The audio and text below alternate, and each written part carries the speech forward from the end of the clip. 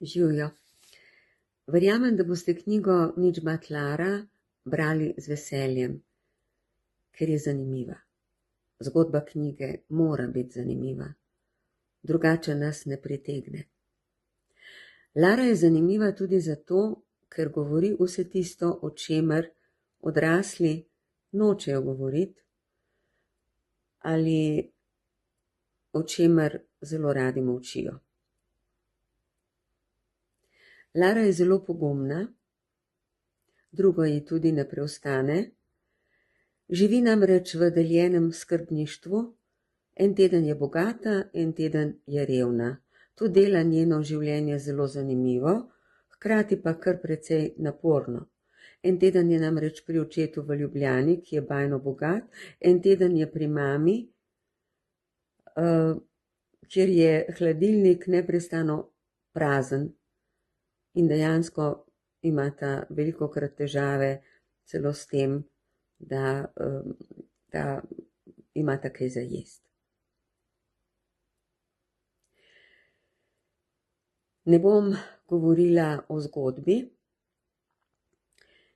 V drugem delu se Lari zgodi nekaj, kar me je pravzaprav navedlo k pisanju te knjige.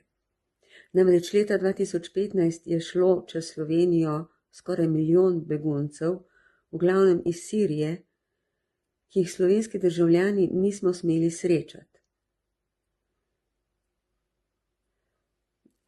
Vozili so jih predvsem po noči od hrvaške meje v Dobovi, so jim dali za jesti, včasih so tudi prespali in jih potem peljali naprej na avstrijsko mejo in so šli naprej v Nemčijo in tako dalje. Lari se po nekem čudnem naključju, ali pa ne naključju, zgodi, da pade v ta val beguncev. In zgodi se ji tisto, kar je pravzaprav za nas nepredstavljivo. Namreč vsi mi živimo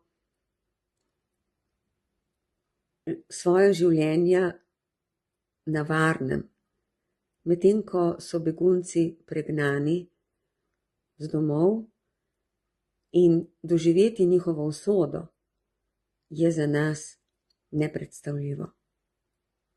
Lara na koncu doživi zaradi srečanja z njimi šok, ki povzroči to, da 1 leto zatem preživi kot rastlina.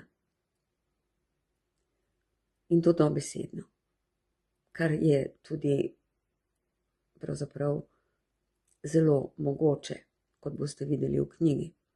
In je prepričljivo, ker se je tudi zares zgodilo.